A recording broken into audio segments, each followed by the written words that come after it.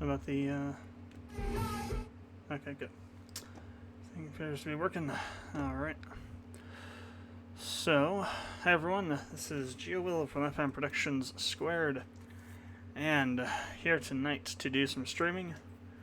I'm gonna do a first impression / stream / whatever of Rimworld. It's a game I've wanted to do for a while. Well, not do for a while, but wanted to buy for a while, and I did recently. So we'll get into that. As you can see, stuff is different. I've gotten a few things, programs that I've thought were freaking awesome and would be very useful. One of them, actually, I think there's 3. So Windows 10 Windows Blinds 10, whatever, however you want to put it. It's all Stardock kind of Windows extensibility stuff. Is this really full screen? This looks like it's smaller than it should be. I guess it's because of the, oh, okay, yeah. Just because of it shrunk it down or something. Anyway, but yeah, so Windows Blinds 10 it allows you to apply different themes. Not really, it's actually more than a theme. It's an actual kind of redesign of the windows and such. I got a bunch of different skins. Right now I'm using the Klingon theme, Javorcha.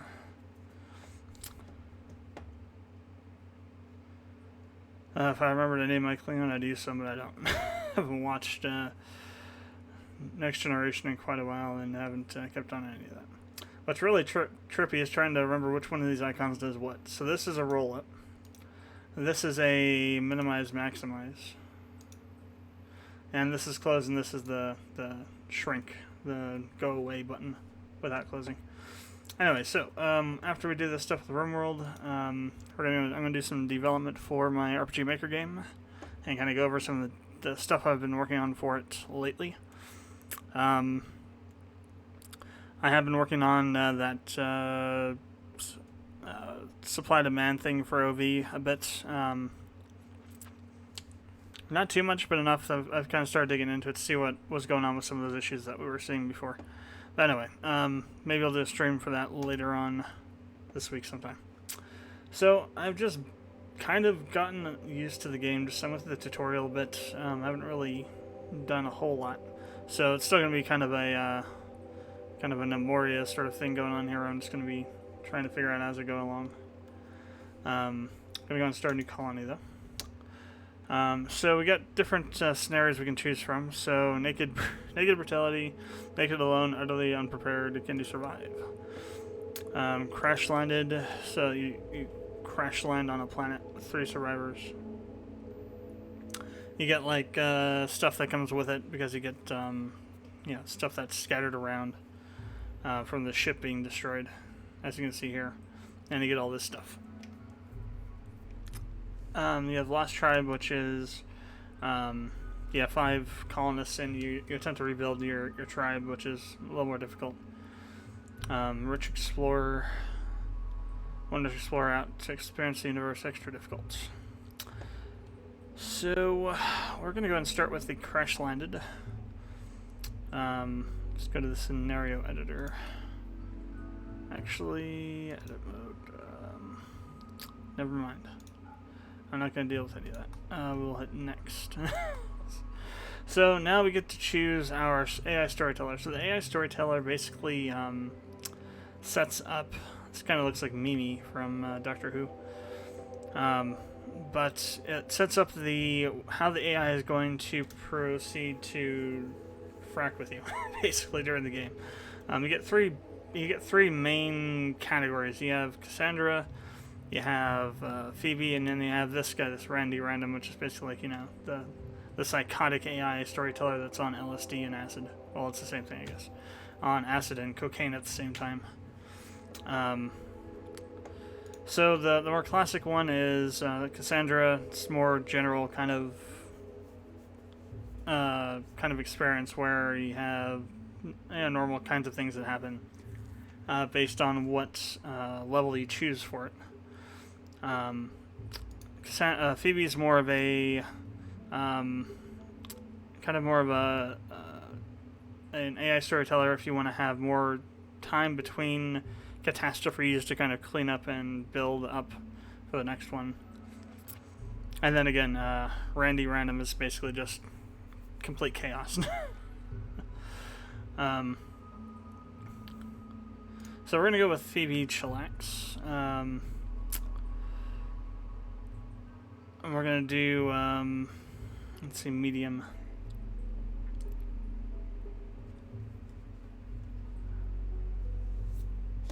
Whoa. So I send my mouse all the way over there. Let me see, what was it? First game.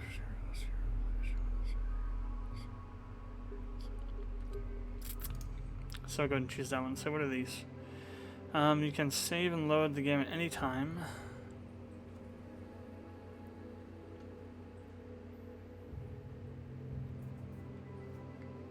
Commitment mode. Commitment mode. You can only save when quitting the game.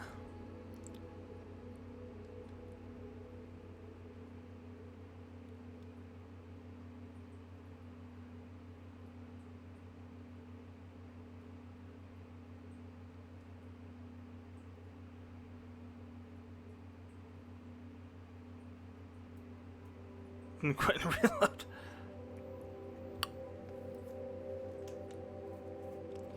Now we'll go ahead and go with commitment mode. Merciless mode, what does that do? Social game mode where every challenge is turned up to extreme levels. God.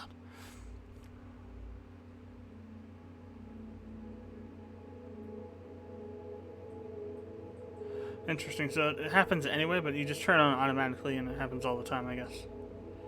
Yeah, screw that. I'm not going to do that. Alright, next.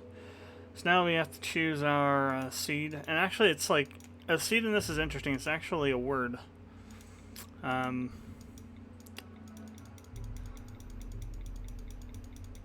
So what word do we want to use for this? The random's not going to do it, I don't think. Let's see, supercalifragilisticexpialidocious. I think that's how it's. See, supercalifragilisticexpialidocious. I think that's how you spell it. That insanely stupid, crazy long word. Global coverage. What does this do? Planet is always the same diameter, but it's far larger than needed for play.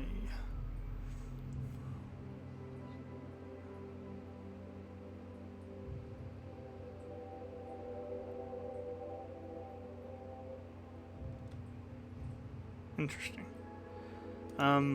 Let's set it to 50. Overall rainfall, we'll set a little bit above normal. Temperature, we'll set a little under normal. So it'll be slightly wetter and slightly colder than normal. No clue what that's going to do to this thing. Generating the world.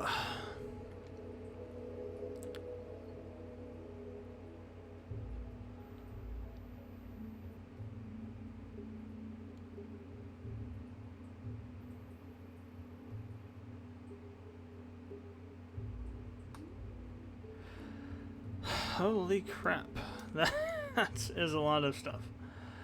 Wow. The tutorial world didn't even have this much stuff on it. Must be the seed.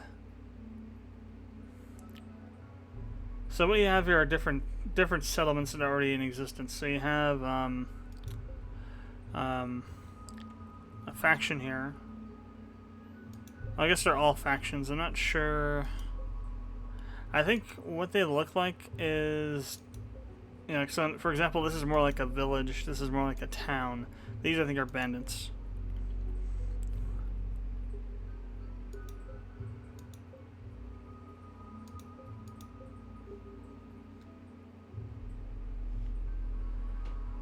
You can also have different biomes too. What the hell? There's somebody down here at Budium Reach. Really? Treaty of Rodabalo.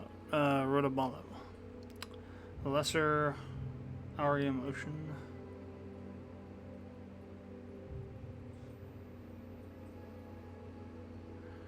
Rayra Forest, Abella Plateau, Alboyo Span. You can zoom in as well. Great Isle Deller, Valare Islet. What's this? Orange Claw Forest.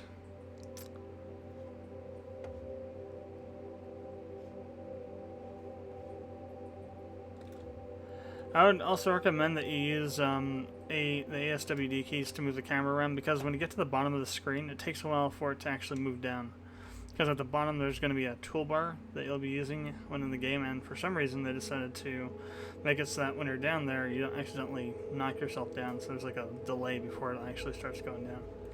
So if you need to get down right away, the ASWD keys are the only ways to do it effectively. Black Grove.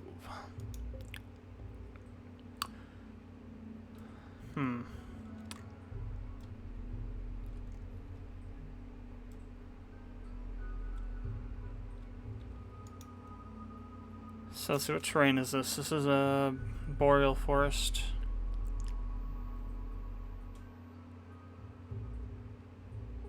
Terrain flat. Marble and limestone, elevation 288 meters, average temperatures 1.4 C. Growing period 11th of September through the 1st of April, May. Interesting names. Average disease frequency once a year, time zone +1. Animals can graze now, yes. 75% berries. Forageability rainfall 926 millimeters per year. Movement difficulty 1.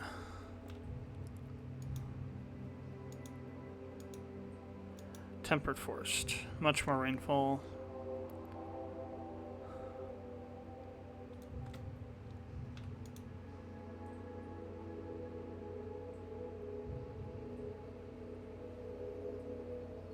Growing period year round. So this is like the equator area here. So for an easier time of it, usually around the equator is where you want to be at, because that way you can grow food year round. So Southern Lake White, Ravirum Sea, Purple Donkey Mountains. Seriously, everyone knows the Purple Donkey Mountains. Let's see. Overgrown Hisdos. Guago Swamp, Fengray Prairie Dog. Petroleum Wetlands. Wet Antenium. Where do we want to put the sea? Thorny Aurum. Nober Cove. Black Shrubland. Keiko Woodland.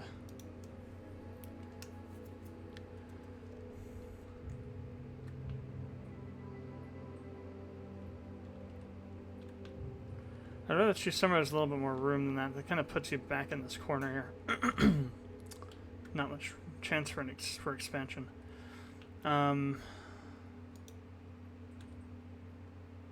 This is an interesting place, maybe. Well, it's actually isolated, isn't it, though?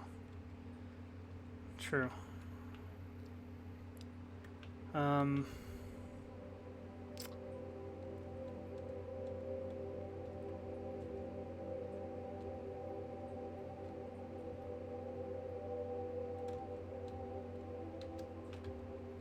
The Small Opossum Ocean. I think we found our place we're going to start at. Well, maybe not. There's a lot of mountainous area around here. I want to go somewhere flatter. Prairie Dog Sea. Guess we just got to find a place and pick it.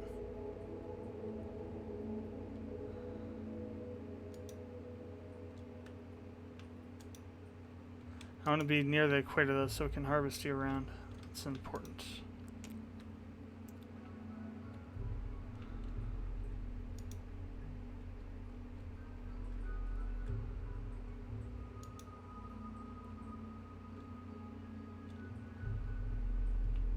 Crap. There's not really any. I guess out here is in the middle of nowhere.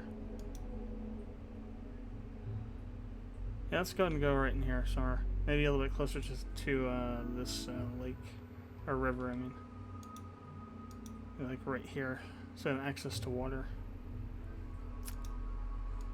Maybe not so close. Yeah, right there. I think I'll start there. So.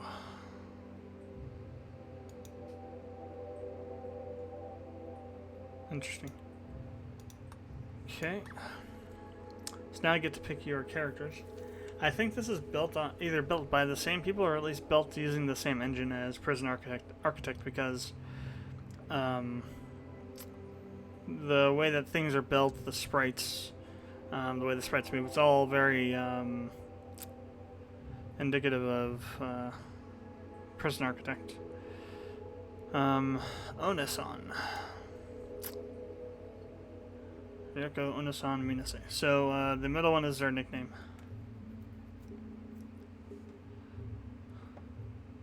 You can only have 3. Squeaky, Sickly Child, Combat Engineer, Amelia, NG Fleiss, Julian Factory Worker. So,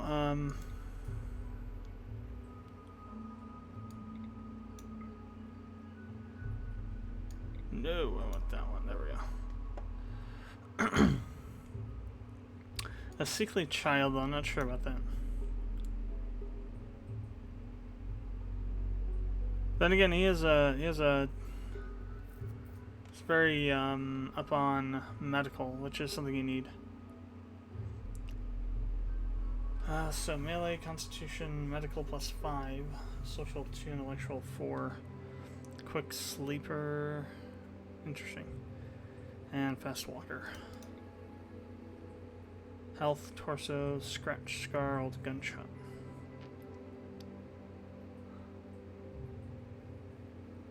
So she's good with shooting and construction as well as crafting, so that's good. What about Onasan? Social is kind of high. Capable of artistic. Abrasive.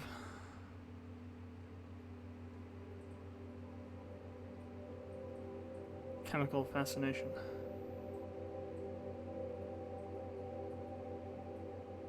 And Night Owl. Okay. You can also randomize the characters. Alright, we're going to start with that.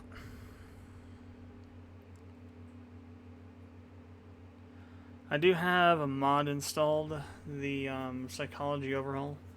I don't know if it's active or not though, because I don't see any of the options for it.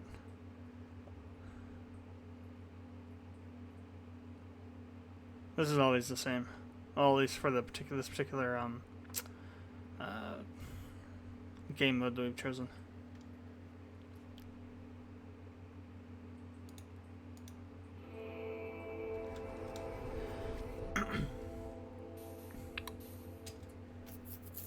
Is that a cat? Oh, it's a monkey. What the hell? So you start off with one pet. In this case, it's a monkey.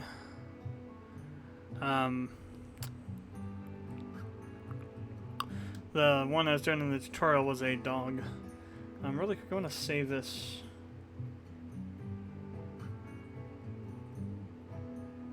I want to see if I have to activate the mod for it to work. Oh, I do, okay.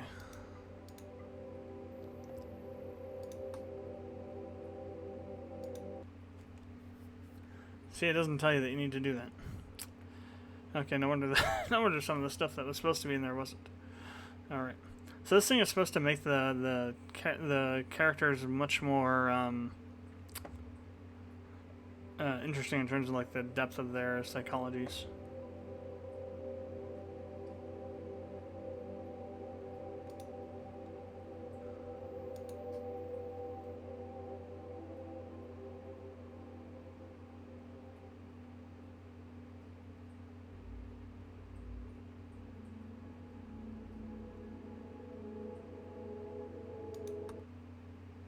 Okay, let's see what happens.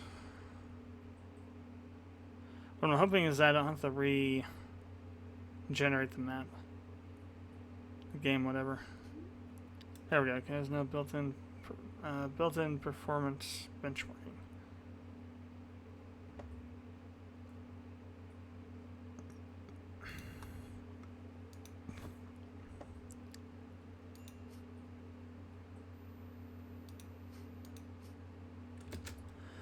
So let's kind of go over the UI a bit here. So these are your options that allow you to see different things. This is your, down here's your, move this out of here. Down here is the UI where you select stuff to do things, build things, assign, and all this other kind of stuff. Here's the character you have selected. It gives you their information on them, so unrestricted anything. I'm not sure what those are specifically for. I think that's their mood. This is their health. Information about them and what they're doing. Psyche is new for the mod. It gives you a lot more information in terms of like what they actually, how they'll actually act. So show emotional, nostalgic, geeky, cool, very competitive, blah blah blah, all the way down to these less than not. And then also this over here. Which adds a little more texture to the social interactions in the game. So you have the log, which is basically what they're doing, or a list of what they've done. Gears, what they have equipped.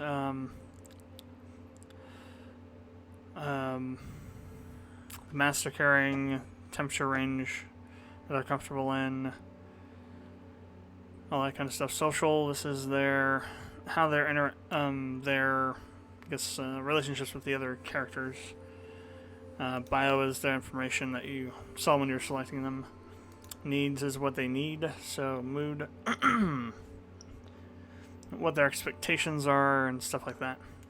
And then all the other things over here. And then their health. So it'll show you if they have any illnesses or injuries, and also things over here in terms of like what various states are, like for example if their blood is pumping or not, apparently. You also have these different things so you can choose them, how you want to heal them if they're sick or injured. Food restrictions, like how much,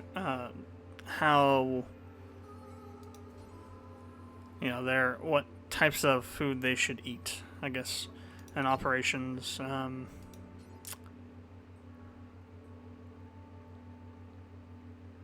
Okay.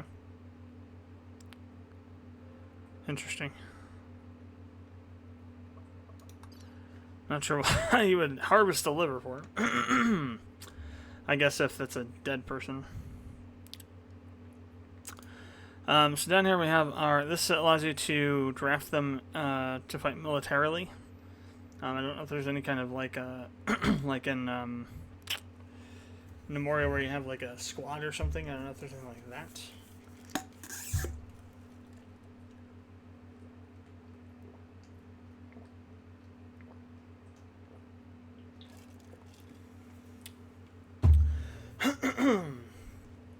All I did was go through the tutorial, basically. So this is work. So like this is all your stuff for what you want to do in terms of like setting up the various jobs that people will do.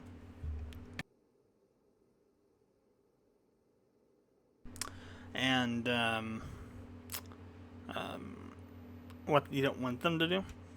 I think the red box means that it's something they can't do. The more bright the box is, I think it means the more talented they are with that particular ability. So restrict allows you to basically set up like in person architect, you can kind of set up a schedule for each survivor depending on their personality. So like for example, I think was it Enji or was it One-san? I think it was One-san who's a night owl. So you might want to set her up doing things during the night, whereas you want to have others doing stuff during the day, because she's a night owl, so she'll be up later, I guess. Mood bonus if awake at night. And I'll mood loss if awake during the day.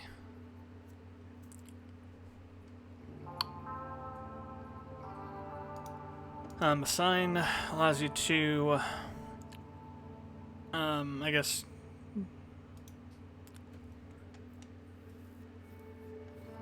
assign different things to each character. So for current outfit, anything, worker, soldier, nudist, nudist, drug policy.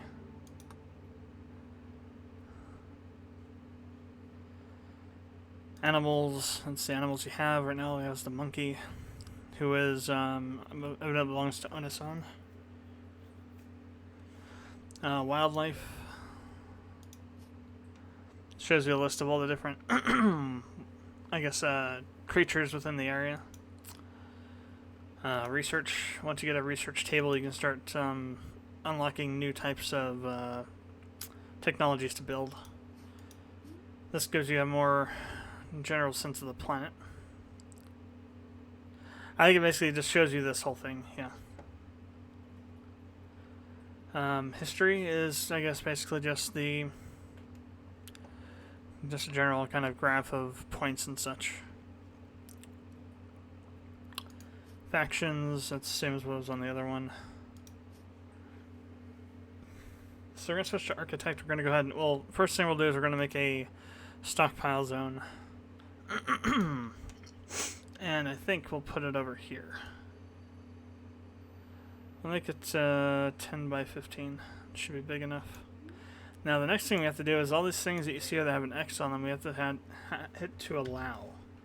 Now the reason we do this is because by doing this, they can be picked up and moved. For whatever reason, the stuff that's dropped from the ship exploding and whatnot, you can't pick up right away. You have to do this.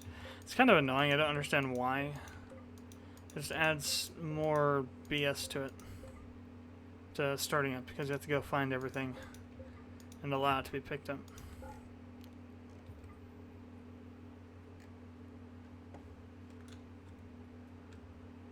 I think that's everything.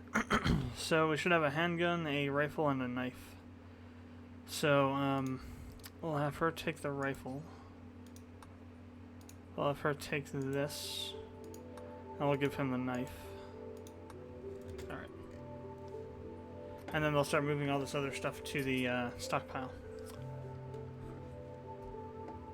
And then while they're doing that, let's go ahead and set up a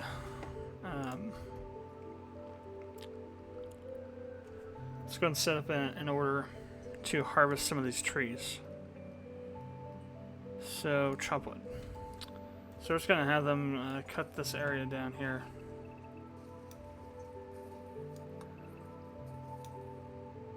So we're going to build our shelter here.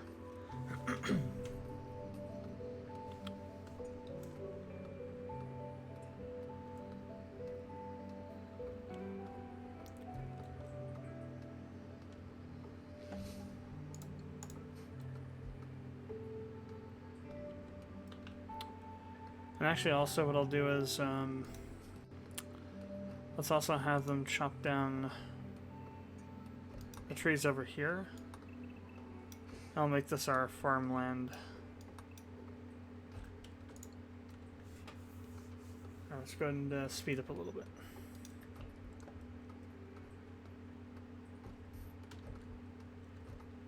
I'm not sure, I think this is energy level, this blue, section of this bar, of this box, I mean. So as this goes down, it tells you how far they are till they need to, like, go to sleep or something.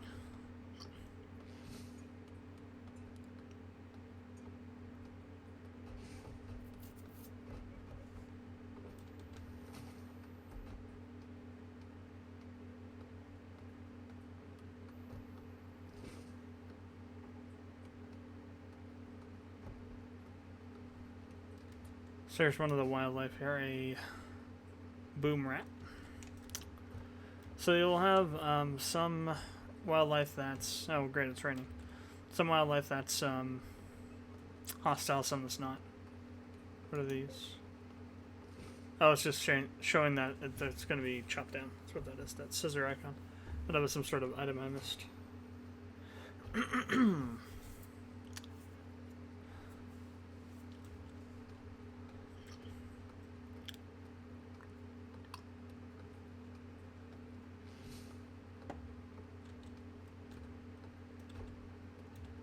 So eventually you'll get to name your settlement once you fully build a, I think it's once you fully, it triggers once you fully build a building.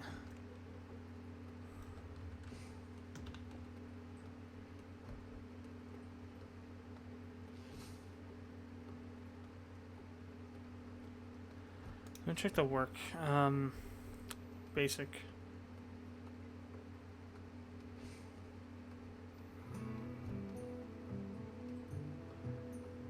What about...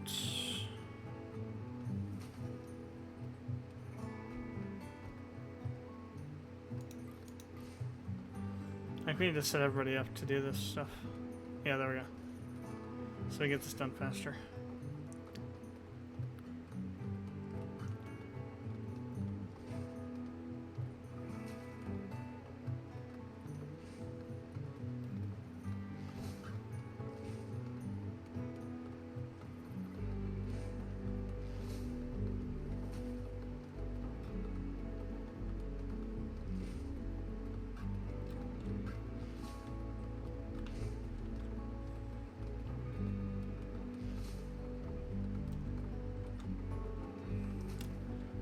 So similar to Nemoria, there's a steam vent.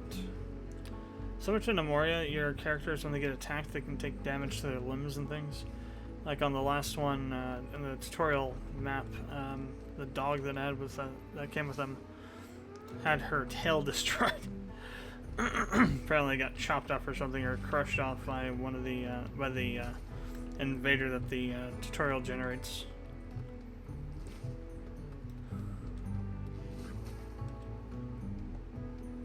Interesting, there's a few trees missing.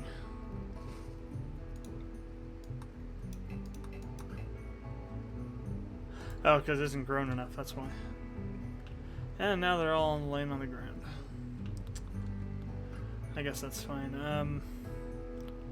So while they're doing that, let's go ahead and build a structure. Gonna select a wooden wall. Basically, we're just gonna...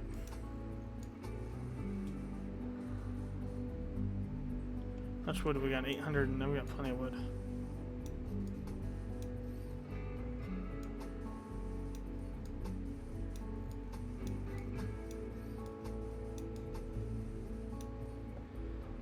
Okay.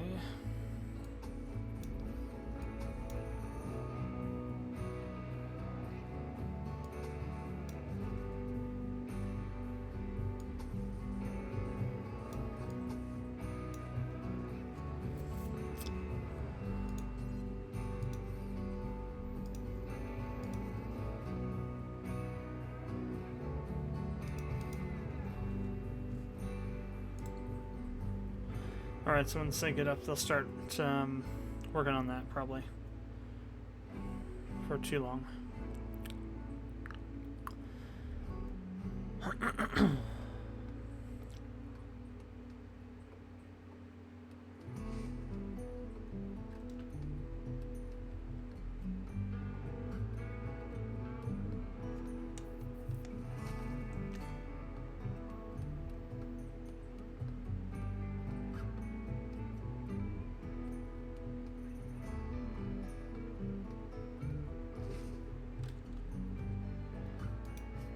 So construct Squeak Stone, that won't do it. Unasan and NG will both do construction.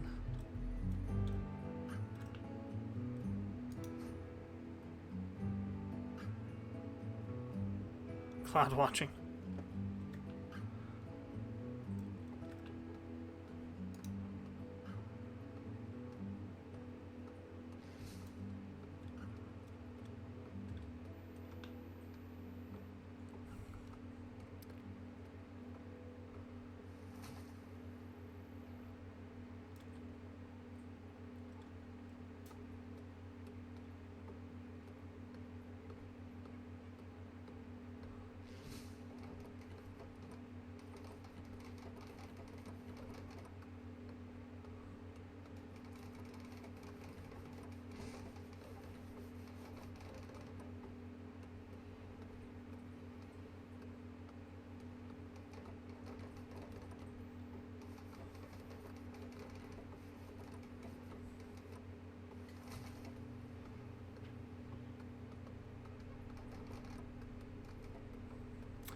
So they'll build as much as they can, and then they'll start taking out the trees that are in the way.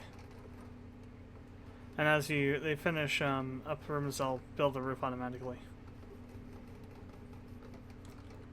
What we'll also do though is we'll go to zone and roof zone. Or roof area. This one is build like a roof area out here to kind of add a little extra shade. And let's also go ahead and build a horseshoe pin.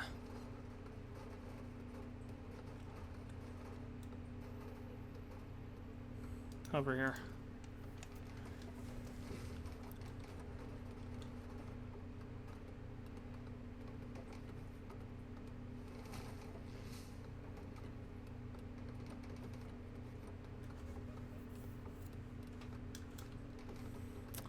And I guess we'll also then build some beds.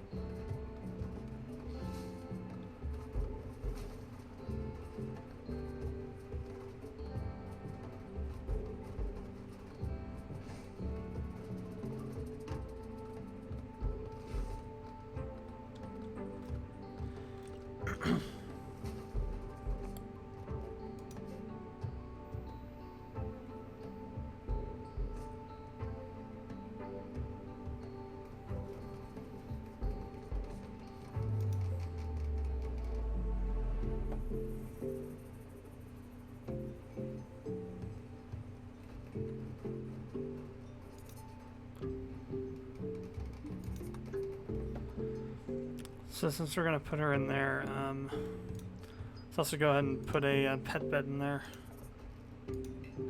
Animal bed, whatever. Animal sleeping spot.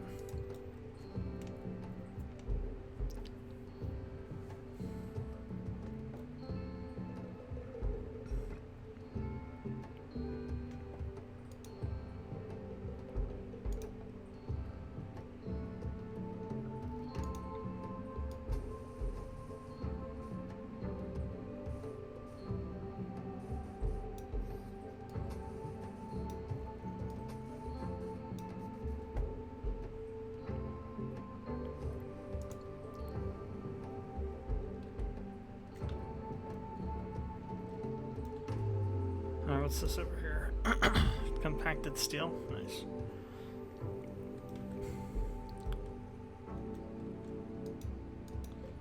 This is kind of a ruined place over here, so if you break into here, you might find stuff in there. That kind of exploration is also part of how you get resources. What the hell is this thing? Mega sloth. Jeez. Compacted machinery. Oh, I see, so here's the edge of the map. It's actually pretty big. Yeah, there's another one. What is this, a boar? Warg. What the hell, a warg?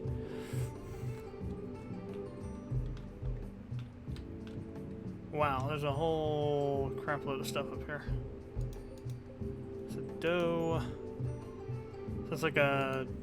Looks like sheep and goats and ibexes and warthogs and boars and whatever else. There's a bear. There's a friggin' ration all the way over here.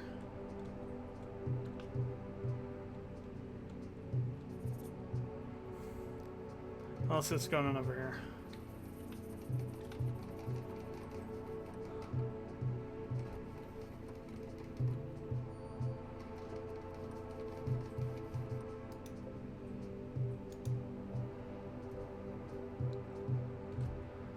Okay, this is limestone chunk.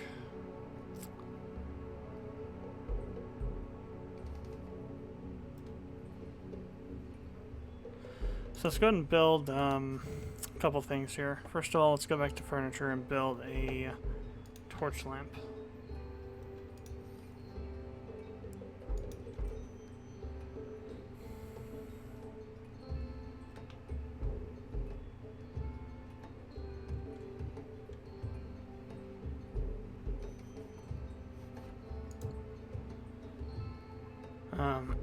Let's also build a, let's see, production.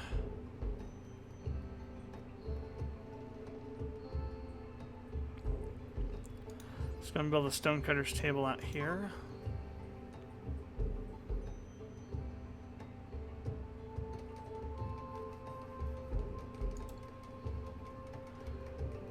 And we'll put a field stove in here. And a hand tailor bench in here. Let's see, miscellaneous.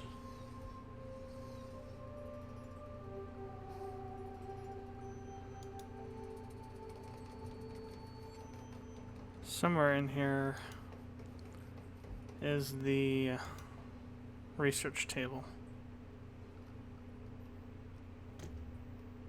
Alright, a simple research table.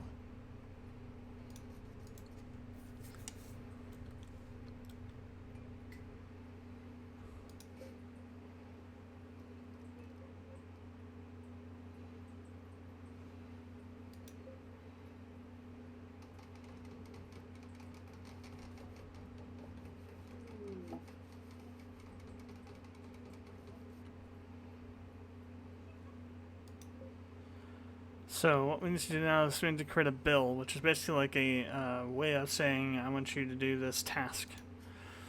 So we're going to add a bill, we're going to cook a simple meal, we're going to do 10 of them.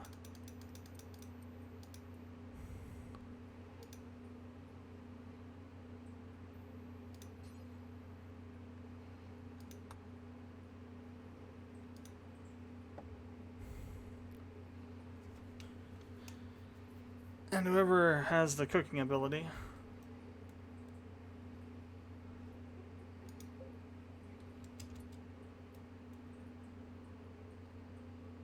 interesting.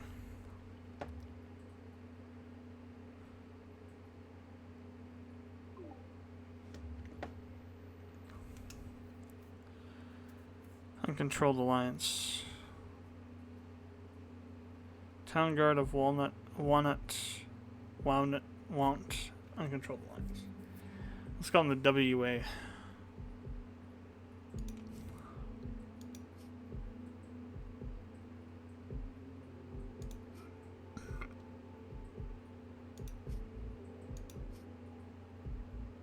Rosalina Molina. Oh yeah, before I forget to do that, we need to do the fields. So we need to set up a growing zone.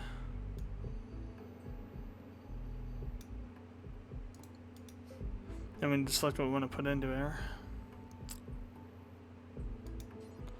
We'll start with rice.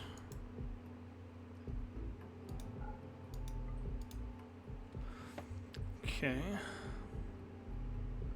Let's take a look at the work here. So Squeak is the cook. Let's see, who handles grow? Okay. What about stone cutting?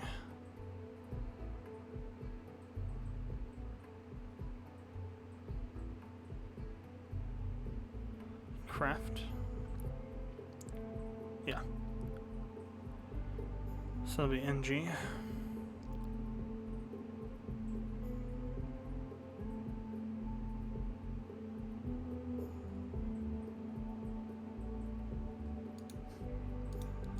And we'll also create I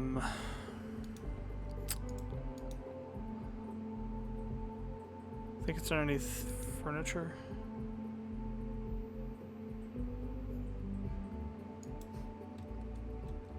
Or not.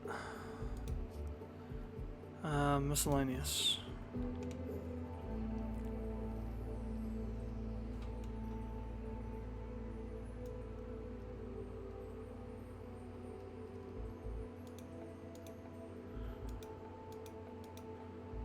Oh, there's a security sandbag.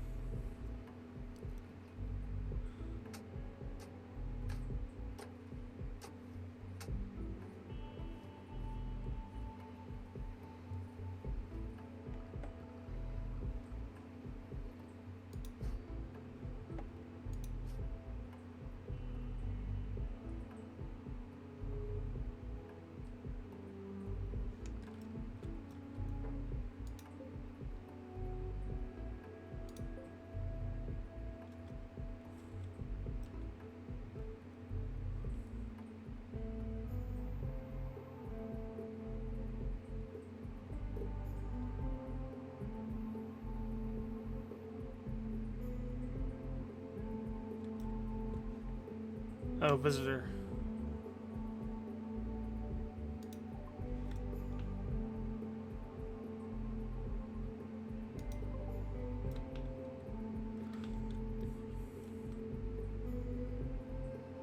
Didn't really explain how to interact with these guys.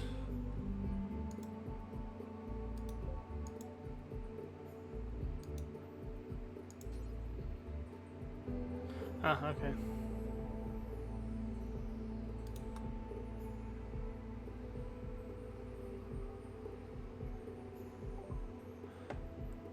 So, silver, which is ours.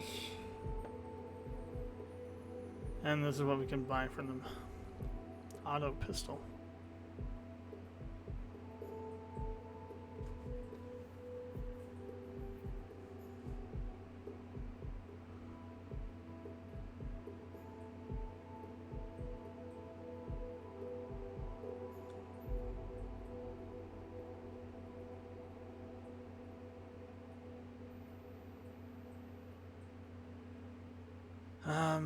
Component.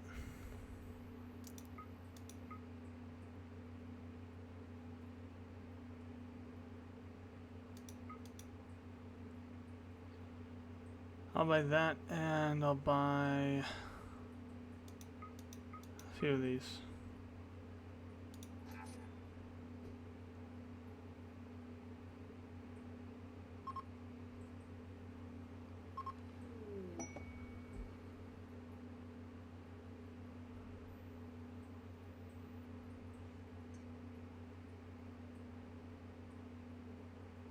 What the hell? That's 20 frigging uranium, what the hell?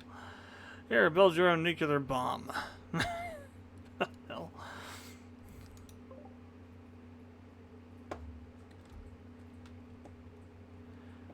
Let's go ahead and go to our research tab real quick. So,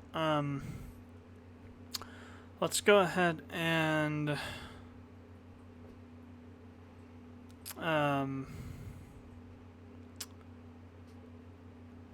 okay, so here, so now we need to give ourselves a name. Gabum Newellville. We should call it. Uncontrolled Coalition of Alwara.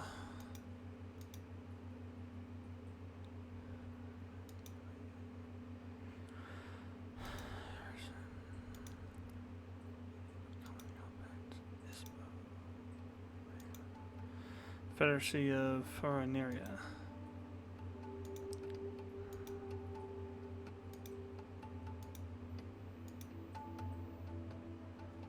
Maraloria.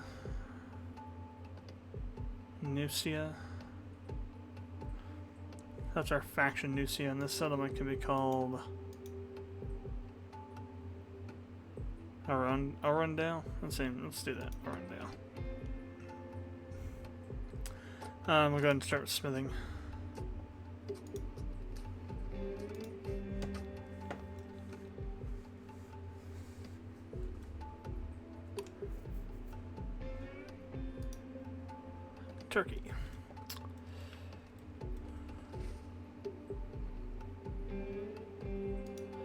Let's go to here. We'll start up a bill. Ah. No, come on. Blah. Let's make limestone blocks.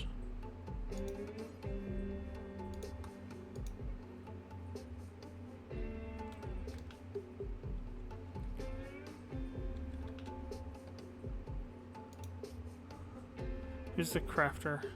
Oh.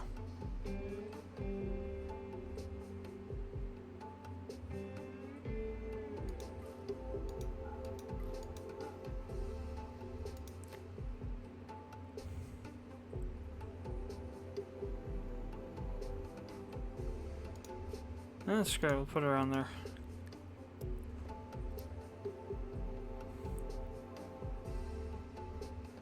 It's because we get more than one person working on it, even if the other person's kind of weak on it, it'll still go faster. Plus, I think as they do it, they get more experience, I think.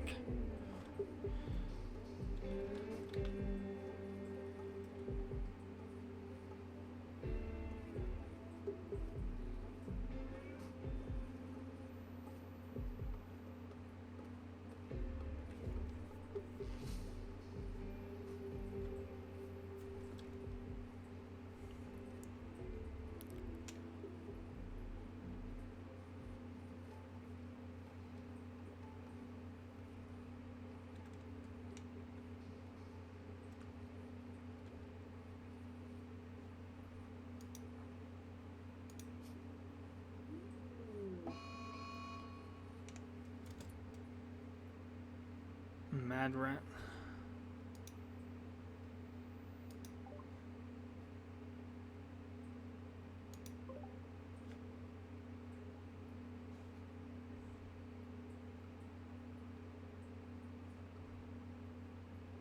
That's way away from where we are at, so that's not that far away, but it's far enough away I'm not going to worry about it yet.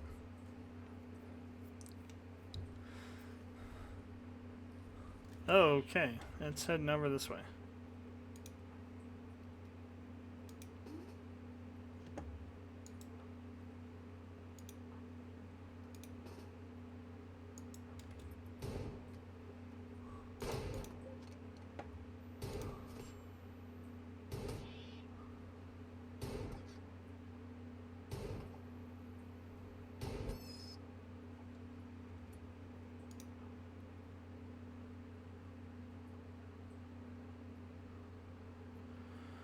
So living in a horrific room. Whoa, wow.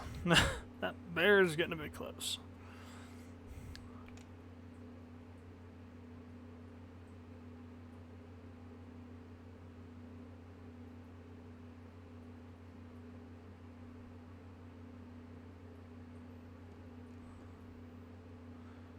So go to health now. We'll see scratch, bruise, rat paw, neck, bruise, rat paw. Barely even injured, really.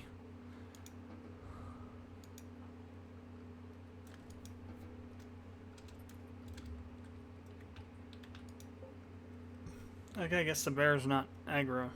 Good to know.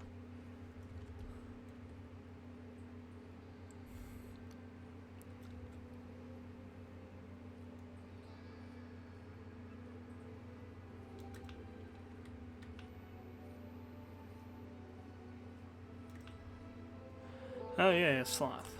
One of those mega sloths. It's friggin' bigger than the grizzly bear. Jesus.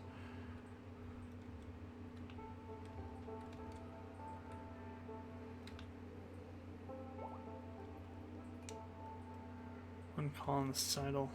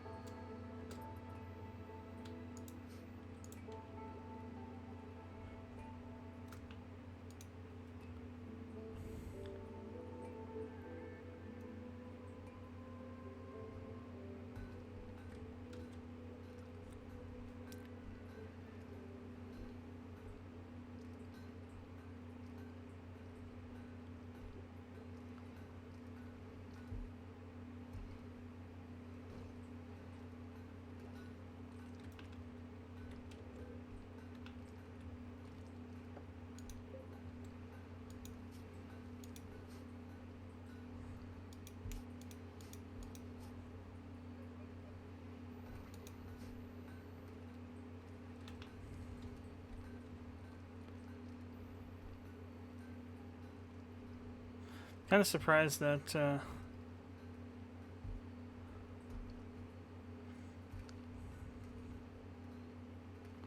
grizzly bears are not aggro.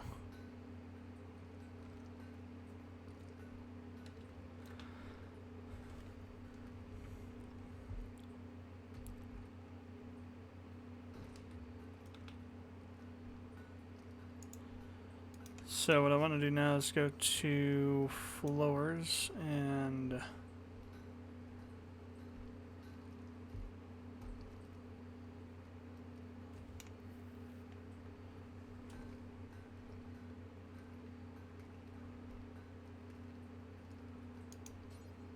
switch to limestone tile.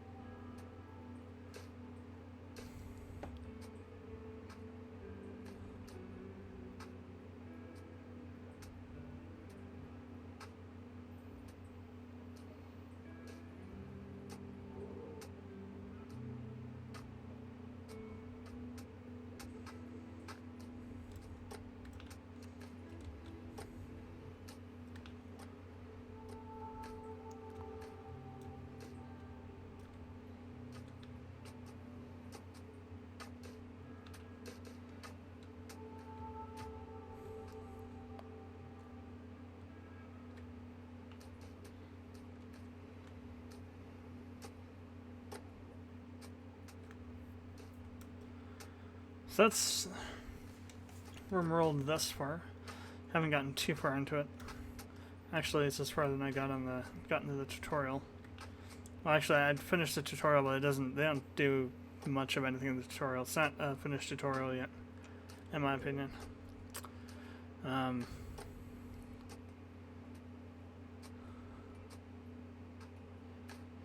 But it feels a lot like Nemoria mixed with Dwarven Fortress mixed with Prison Architects.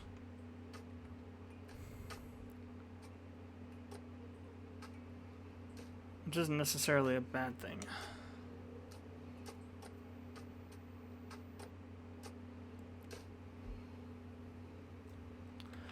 I'd give it... So far I'd give it maybe 6 or 7. Somewhere in there. Maybe an 8 if they, once I get more into it and figure out what actually is, what everything there is.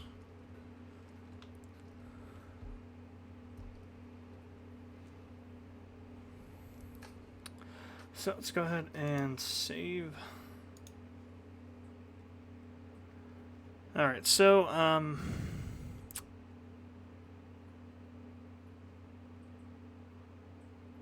one of the other things that I got was, it's called grouping or groups or something. It's a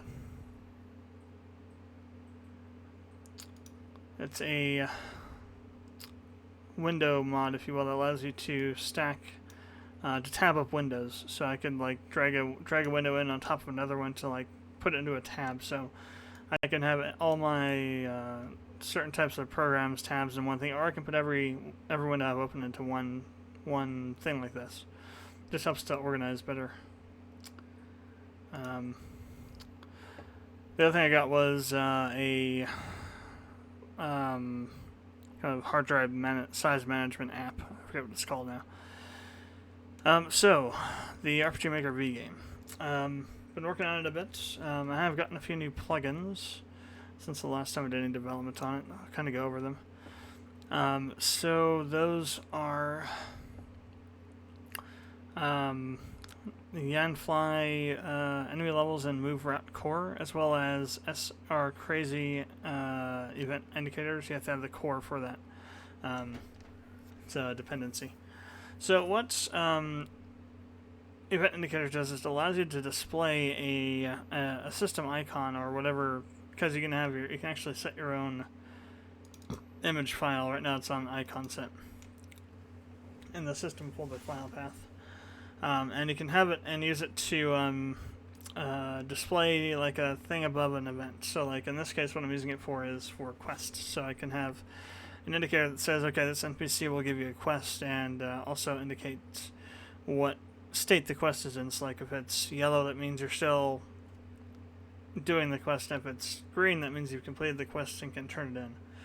And then you have red and blue question marks for meaning that they have a quest. Red question marks are for secondary quests, and blue is for storyline quests. Let's see. Yep, enemy levels allows you to make enemies level up in relation to a couple of different settings. Like you can set to have the level range to add be like an average of everybody that you have in your party, everyone that's in your battle party, everyone that you've ever had in your party but maybe aren't in your party now, so on and so forth. And then a bunch of different options for customizing the level range, the increase in all the different stats, that kind of stuff. See what else. The other thing is the move route core. So this basically just enhances the movement system, the scripted movement system. So like for example, we go to Felto's house. So for example, I have this auto run here. Before, what I had here was literally like 5 move left, move left, move left, move left, blah blah blah. With the Yanfly plugin, what you can do is actually combine those into just one call to a script. So you say left 5, so to move left 5. Upper left 2, move upper left 2. It just lets you compress the stuff down and gives you some other awesome things. Like for example, come back out to the Claria map. As part of a event that happens, I have this character moving to a specific point on the map, and to tell you something. So for example, if I were to load this up real quick, it's not 100% perfect, but it does the basics of what it needs to do.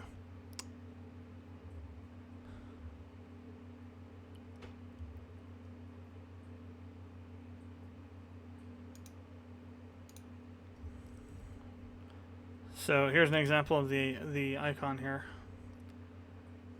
So this is telling you that when you go in here, you're gonna complete a quest, and you have different options to animate these. Right now, I'm using a out then in, I think. So it's like a bouncy kind of thing. There's just like a lateral up and down. There's a cubic. There's a quadratic. There's all kinds of different tween options, which is what this plugin uses to animate these. So I'm just going to talk to myself real quick. So Eva says, hang on a moment, and then so you'll be over here when you come back out of here. But eventually, she'll make her way over to here.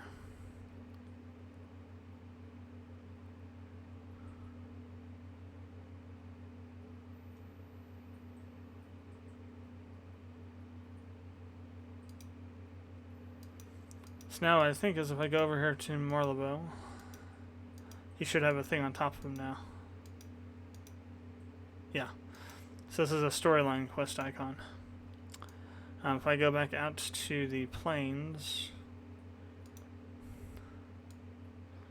the guard over by the Fell Desert, I will have a red one on him for being a side quest.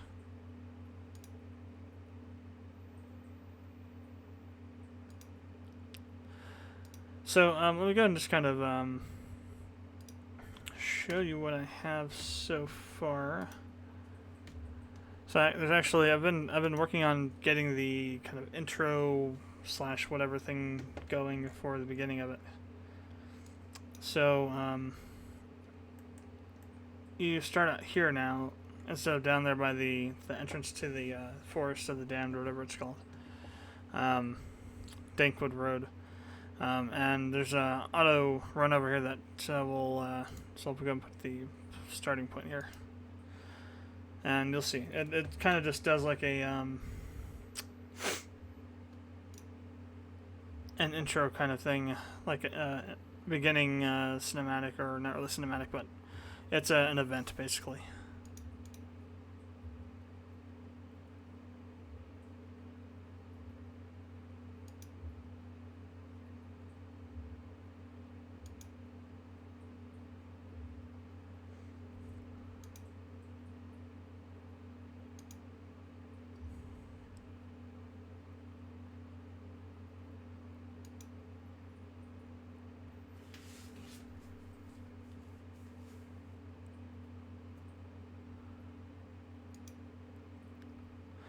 This is kind of like just kind of some cleanup at the beginning to kind of actually give you the quest in a reasonable fashion. So, the one quest available, return home.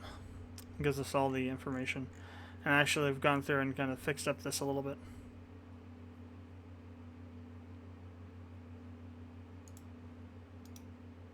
I clicked on the wrong thing. There we go. Alright.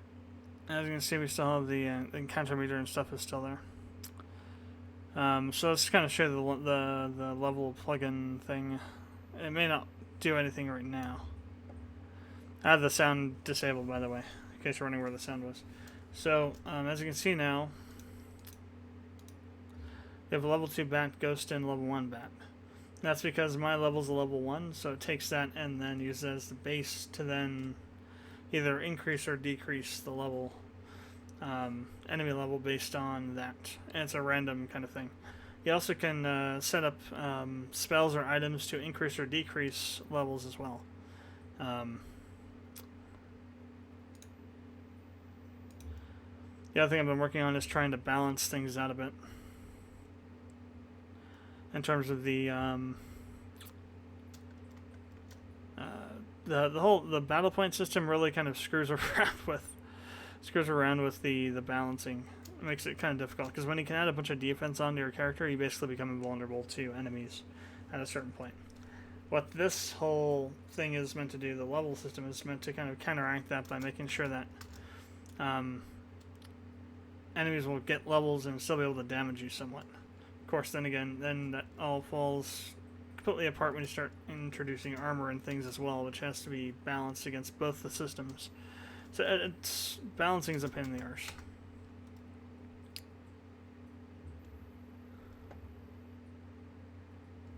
Now we got 2 levels.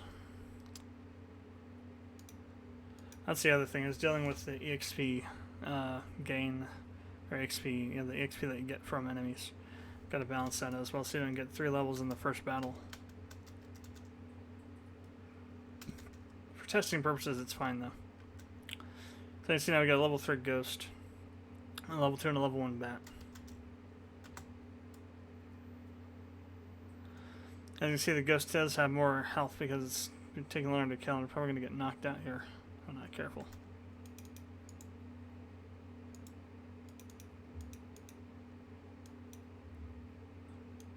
Blah.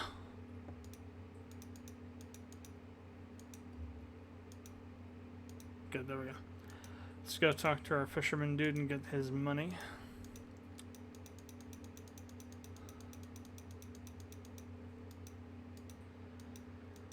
So for the icons, the question mark and all those icons, I just made them myself in Photoshop. Not that hard. You just chose a font and then created the text and then applied a color and then used a stroke blending option to create the outline to make it show up a little bit better. Simple as that to create.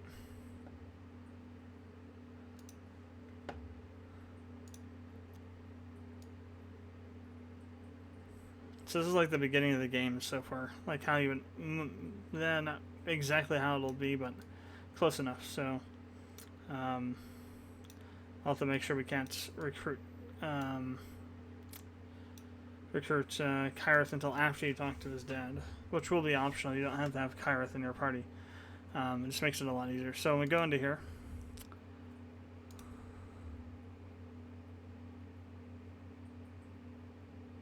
stuff will happen. Still trying to figure out how to make this work properly, because if you don't leave that first text window open long enough, then that happens where the rice appears before he gets to the table. It's supposed to happen when he gets to the table. Still trying to work out how to get that to work properly.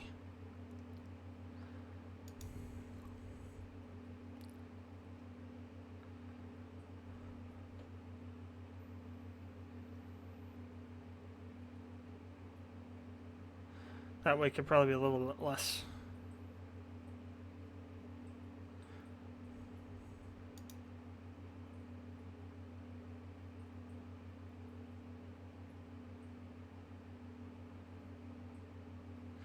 There'll be some extra stuff in here as well, kind of a flashback scene later on, but I don't have that all set up yet.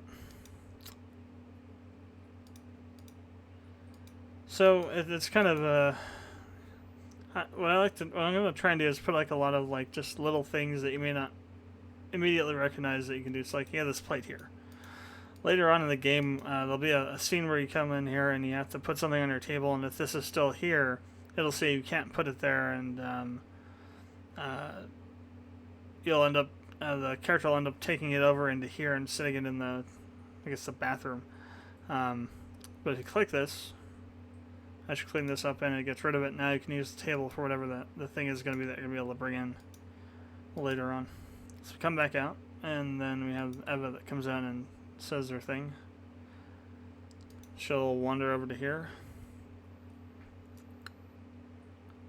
It always uses the same route, I've noticed.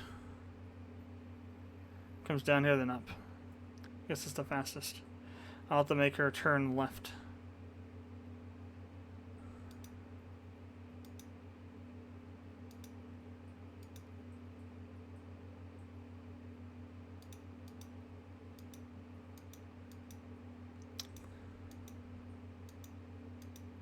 Stuff come up here to Morlevo. If you recognized earlier, he didn't have this on him, so we're going to come up here to him now. He'll give us his spiel about losing his mother's necklace. Say yes. And then he switches to this one, which means that we haven't found it. And I actually changed how this NPC works a bit. Instead of using a conditional branch on the item, I've set up a two-page thing where, because you can't do these on a conditional, since they are assigned to using comments, you can't use a conditional to set them. So I split it off into 2 pages. The first page I put in, you have to do it this way to make it work. First page has the quest accepted, and then have the necklace. If you don't have that, it goes to the next page, which is just if the quest has been accepted, it goes to this. If you do it the other way, it'll never hit that other page because you'll always have accepted the quest. Since there's no other condition for that one, it'll always land in that one. You'll never be able to finish it. That'll be a bug. Something you have to watch out for. So now that I've finished that,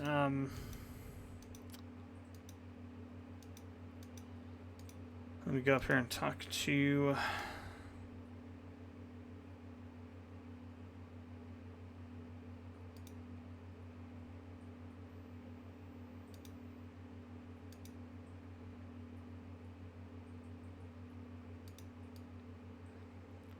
and again, there's going to be all kinds of, like, I'm going to try and put all kinds of dialogue and stuff like that that'll happen depending on what characters you have in your party at that time, and things you might miss if you don't talk to NPCs in between certain quests. Just to kind of add in a little bit more oomph to it. So it's basically all that's different is that that you can actually physically see. All the rest of it's been kind of just work on fixing things up, making sure different classes have things. I noticed that the the items hadn't been properly mapped to classes, so I had to do some of that, and then had to go through and balance some stuff to make it so you weren't so uber powerful. What's in that made it so that the enemies were uber powerful. They could kill you really easily if you didn't have some pretty good armor in the mountain area. So it's going to be kind of a slog trying to get everything balanced properly.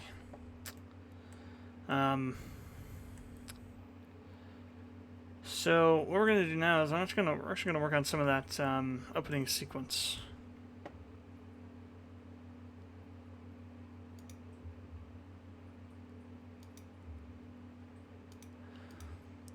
I thought I'd had it, but I don't have it here. So I guess we'll need to open up the RMXP project, I think. Blah, blah, blah. So I can see what I did with that. I can't quite remember how I wanted it to go.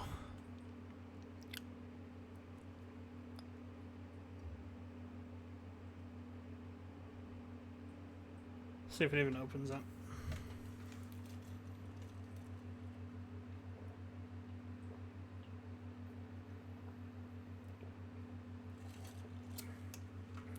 Oh, by the way, Middle-earth: Shadow of War, pretty good. It's pretty good game. It's actually not that different from Shadow of Mordor. Oh, it didn't open up.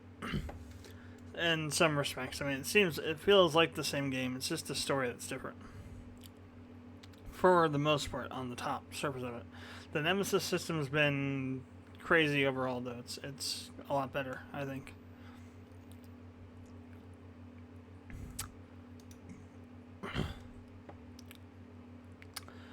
So I have to see if I can figure out where.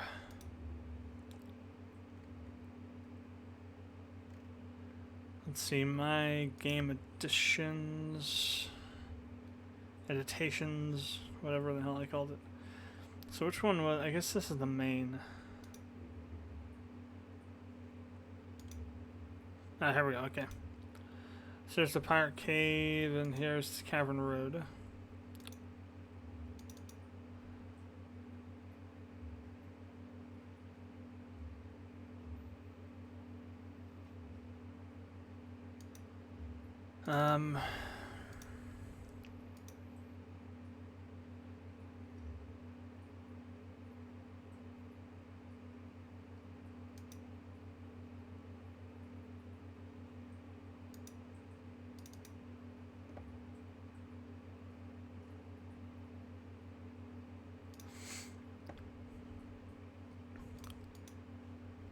This is kind of the rudimentary version of it.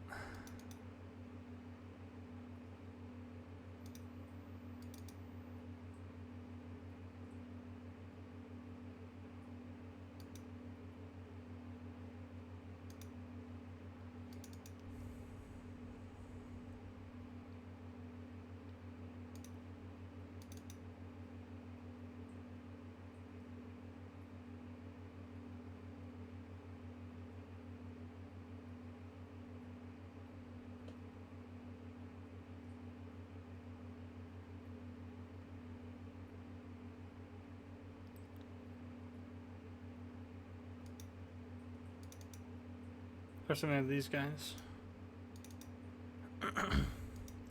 Need to find a shadow script. So it's kind of sort of going to be similar to that.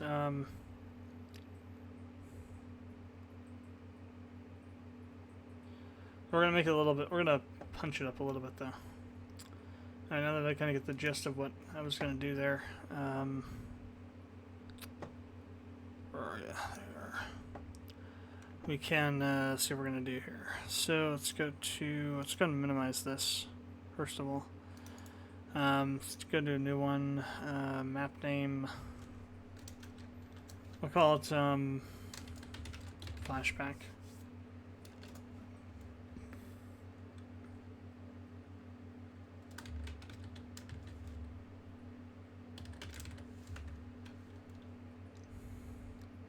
I should call it a mine entrance.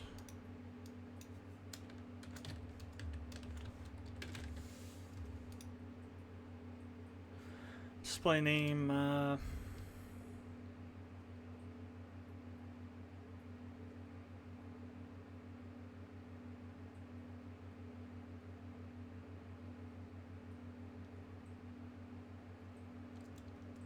Let's call them mountains for now. So it'll be an outside tile set, width probably not more than 22. As far as the height, probably around 14. So that's a 0. Loops, nothing for that. BGM.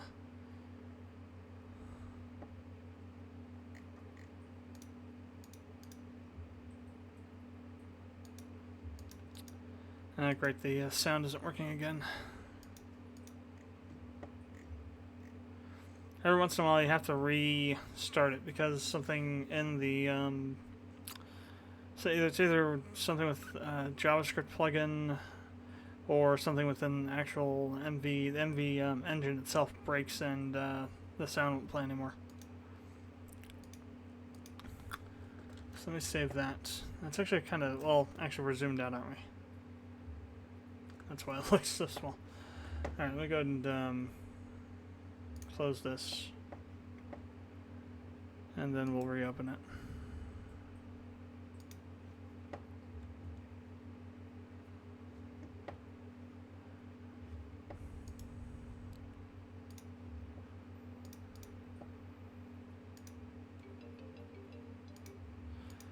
Alright, what do I want to do with this? Where the hell did this come from? Oh, this is all the stuff from XP and VX, or XP or whatever it's called. Ace. Right.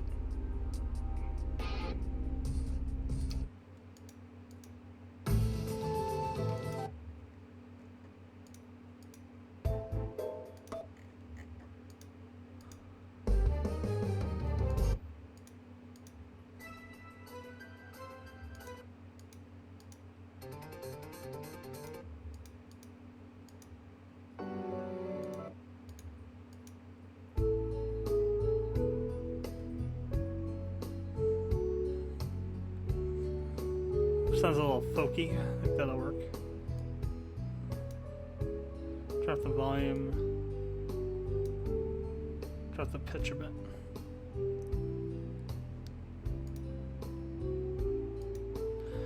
Alright, so let's go ahead and set up kind of what we had over there.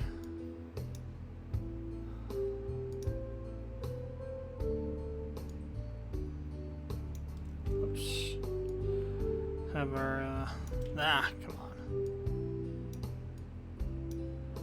Have our mountains here.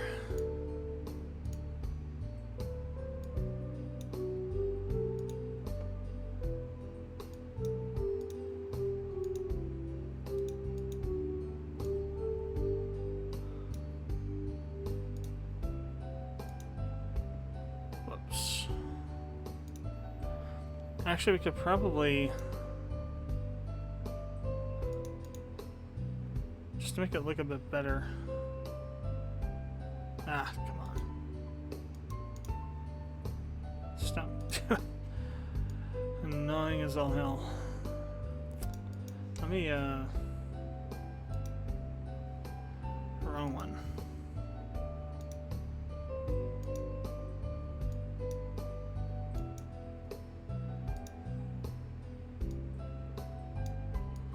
There, get it off the side there. Alright,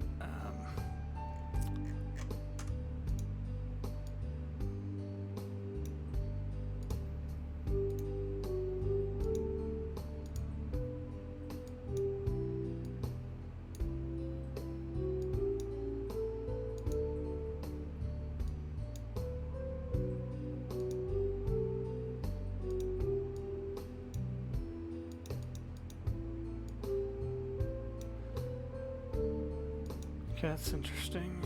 Oh, there we go. Someone above it, that's the problem. Oops.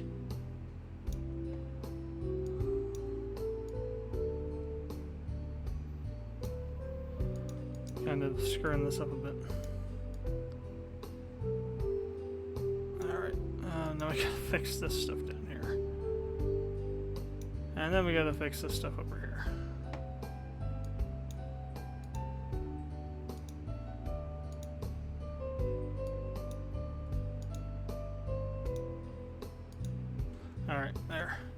little bit bigger of a area there to work with. So for the ground,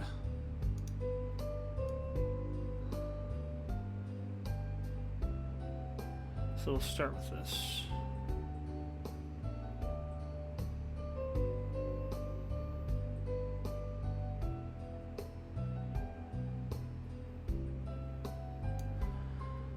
Alright, and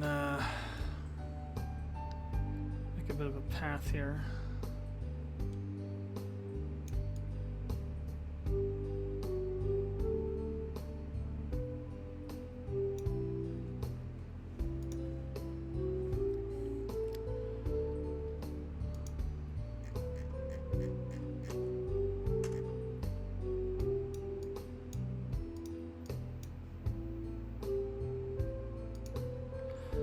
Actually, let's go ahead and make it a 3. That way it's kind of a little bit more... I'll have to clean this up a little bit, but...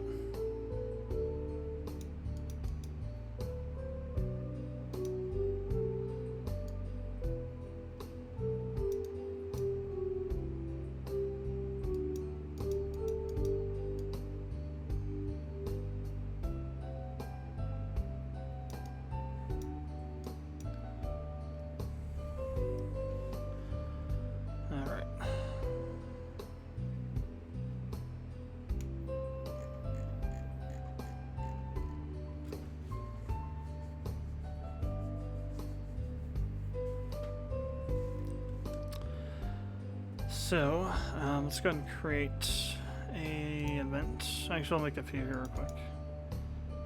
So I'll put that one there for the scream.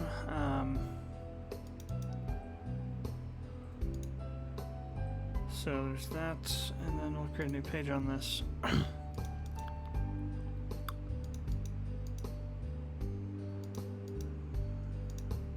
let's see.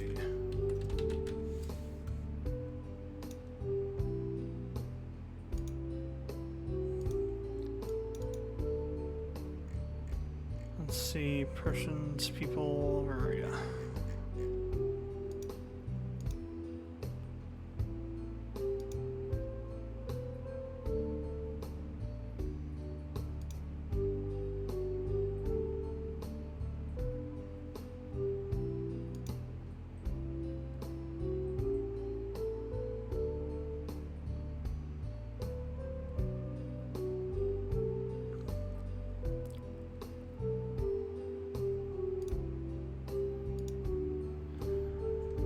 Okay,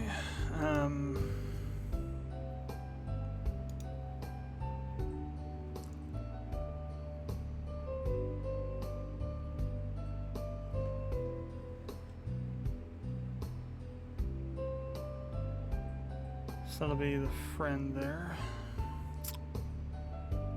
Okay, so let's see what we'll need here in a bit. Let's create new, show text, face, people 1.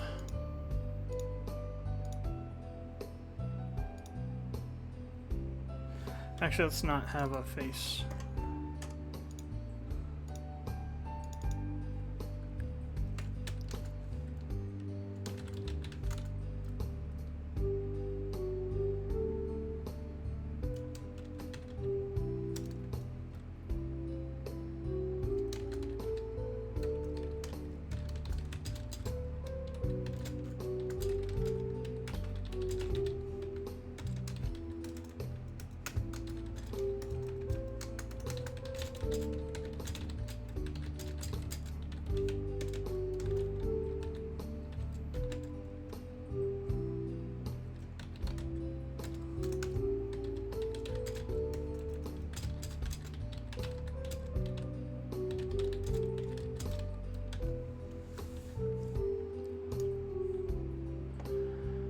And then we'll create the control switch for this to on.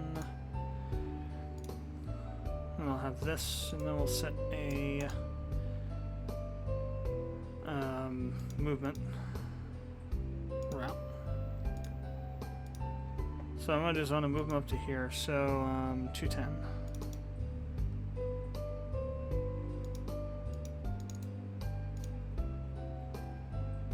Script say move to 210.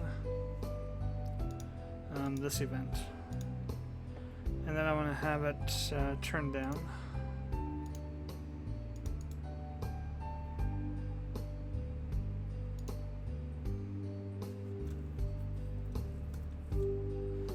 Then I'm going to do another set movement route, do a jump.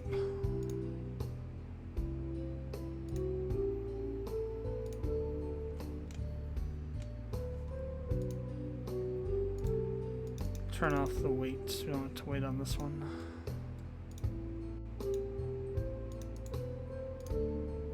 And do another show text. Whoops.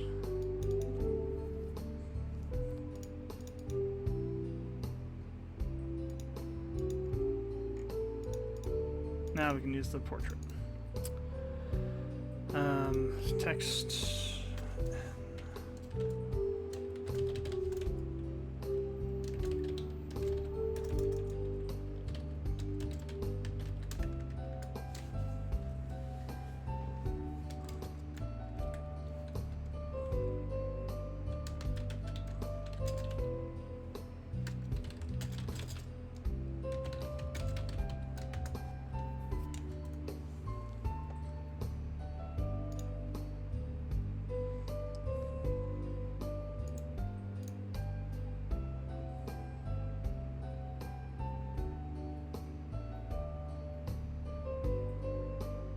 Okay, so another switch.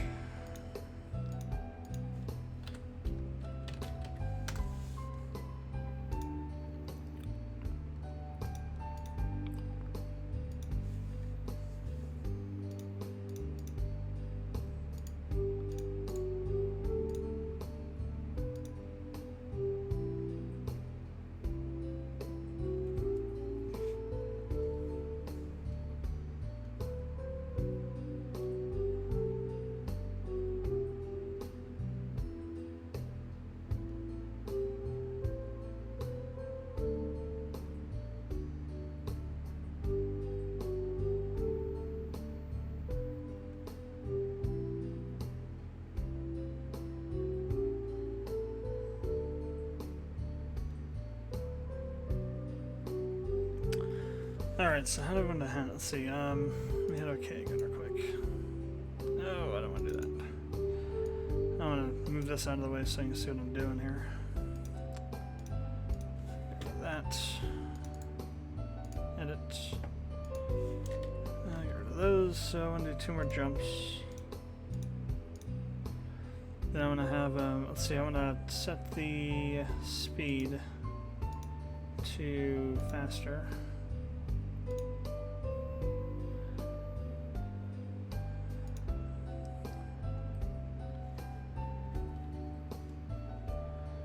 And then I'm going to have them move, so it's going to be here, so I'm going to have them move this way and start taking off this way. So move, so turn right and move right up, move up or right. And then 1, 2, 3,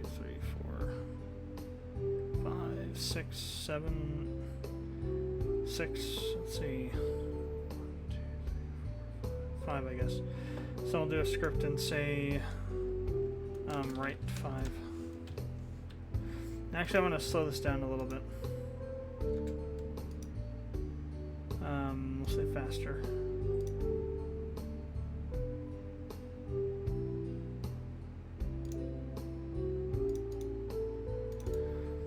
And then I'm going to do a new control switch and set friend 3.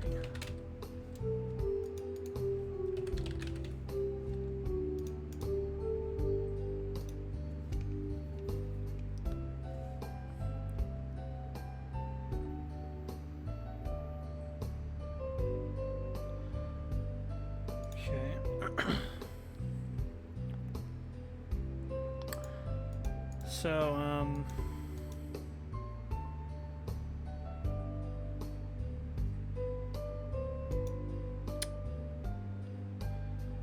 So what happens is the player will get spawned here. So on the next one over, it's going to be an auto run.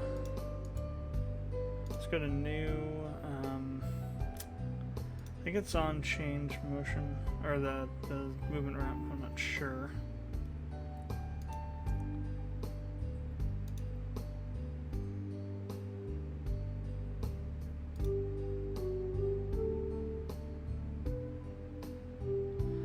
I think it is. So it's change movement ramp player.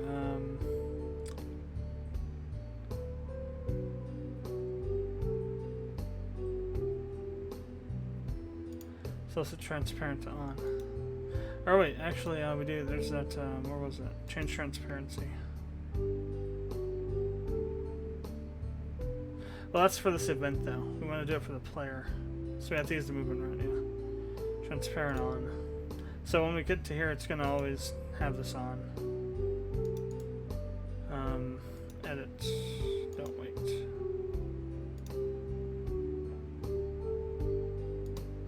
So that way when we come in here on here, it'll be invisible.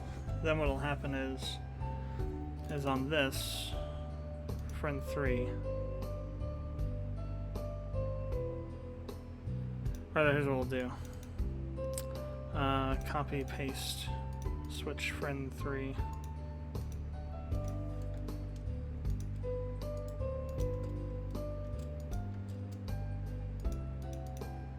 Transparent off. And then what we'll do is, I gotta move this out of the way. So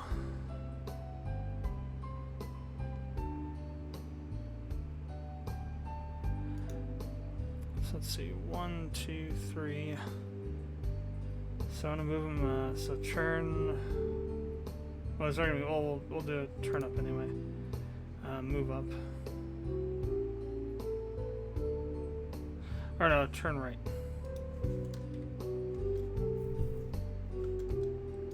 And then scripts.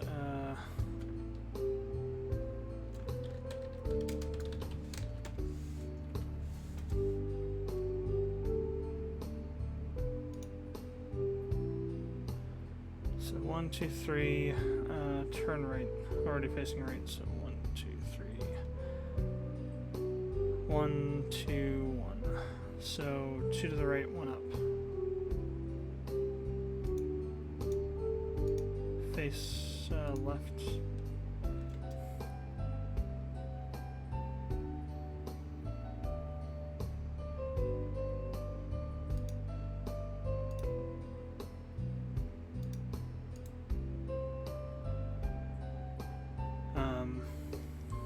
New.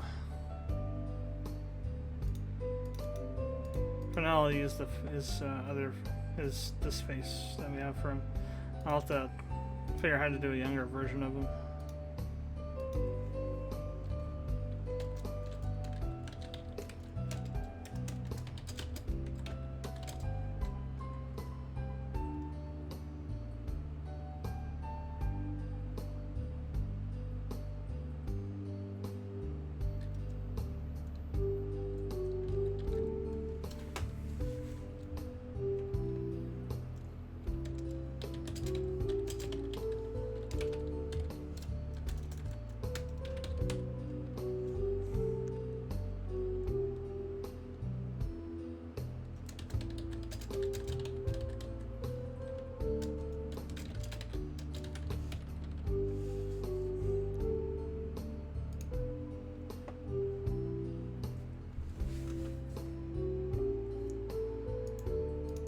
Let's see, another new control switch.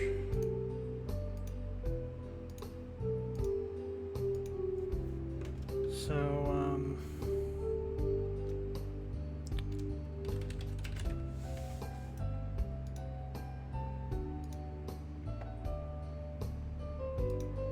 okay.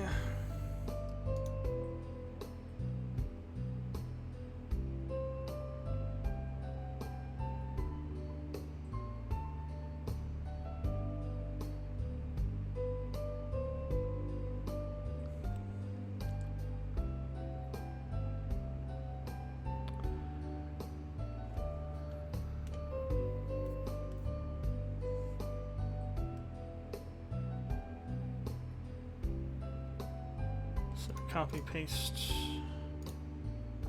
flashback, edit jump.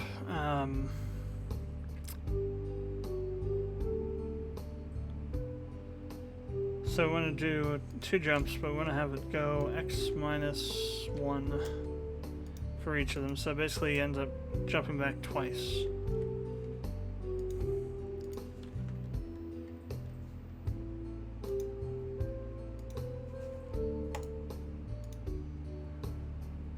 New show text, face, people, like that.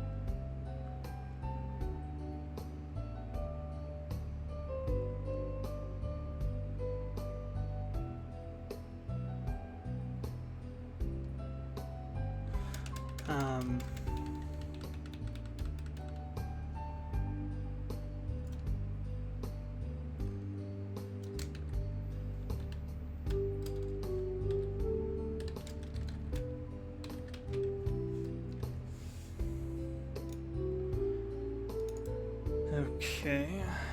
Oh, let's do a wait on that.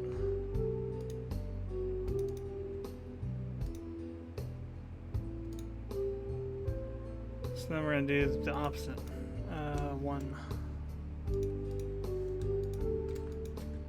Oh, we need to set this to this event.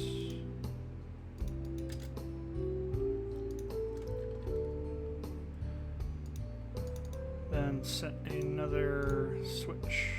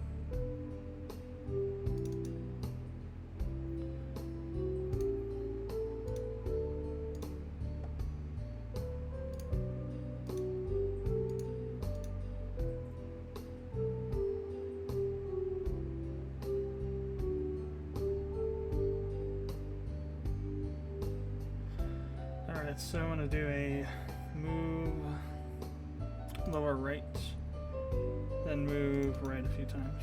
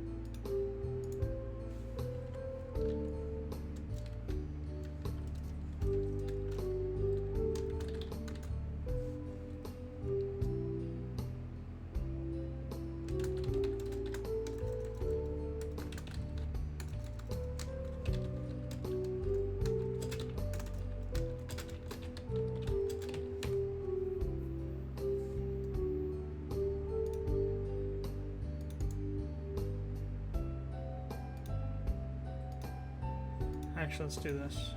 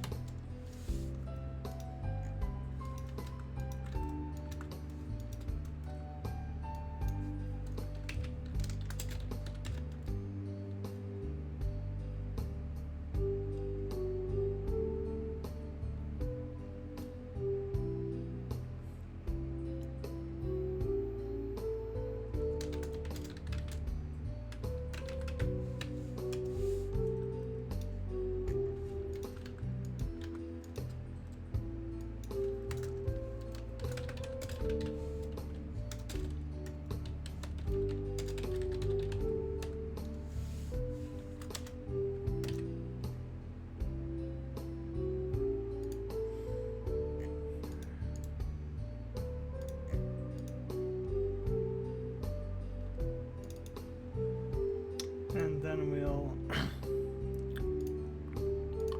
set movement around of going to move toward player.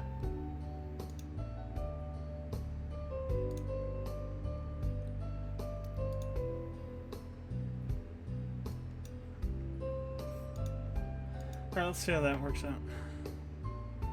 Let me go ahead and set the starting position real quick.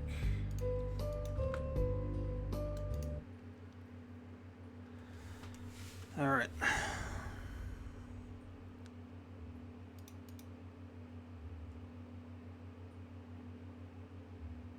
Yay, nothing's working.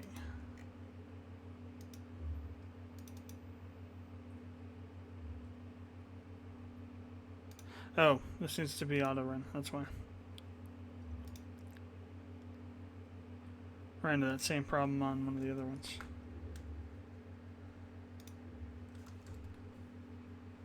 Oh crap.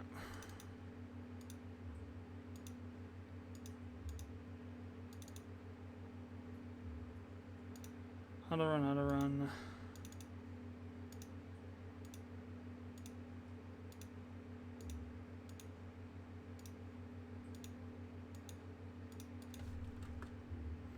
Okay, now sure. Let's see how this looks.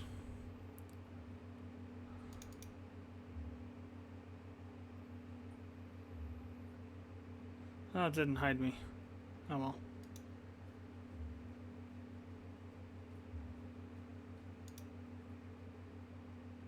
I went over a little too far. Whoops. Okay. So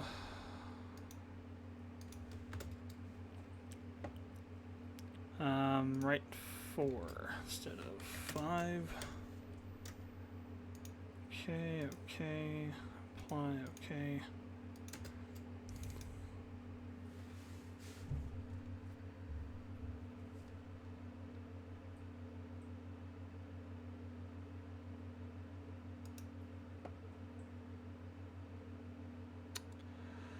So I wonder if it's only while this is active, like when you're actually in the route. I'll have to figure out how to hide the player. Alright, let's see, it should be a little bit better now. Should actually get past that part without hanging. I wasn't really hanging, it just couldn't finish because the thing was the guy was in the way of getting to that spot.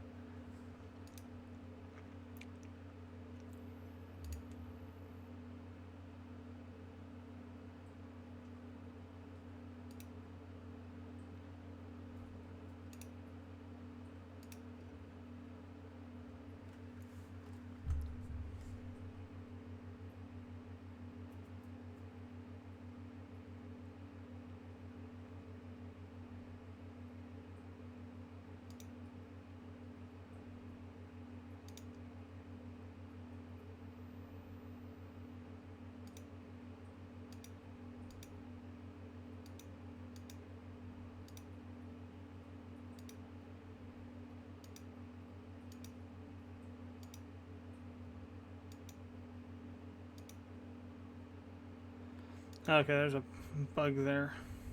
You kind of get the idea of how that would work now. And then what'll happen is that he'll follow you around after this. He's not really a member of the party, but he acts like he's a member of your party. So he'll follow you around wherever you go. So yeah, that's kind of the beginning of the scene here. It's not too bad for, what, 6 minutes of work, really. So that's going to be it for the stream tonight. I did upload the videos on Saturday or Sunday. I just haven't released them yet, the Chrono Cross videos. I'm going to not release until the next one's on Thursday, and that'll be I'll release all 10 parts at the same time for that. So that's what's going on with the Chrono Cross walkthrough. I may do some more streaming for Rimworld sometime this week. I'm also planning on possibly working on the other plugins I've been working on for RPG Maker MV, as well as starting the Compendium plugin, possibly. So maybe some streaming for that. Other than that, I don't really have any plans to do any streaming. So maybe I'll do some KSP streaming, since there was an update recently, I think, for that. Again, sometime during the week. I'm not exactly sure when. So that's stuff to be on the lookout for. So thanks for watching. If you watched this live, if you're watching afterwards on YouTube, questions, comments, leave them below. And if you haven't done so already, I appreciate it. Subscribe to the channel, and I will see you next time.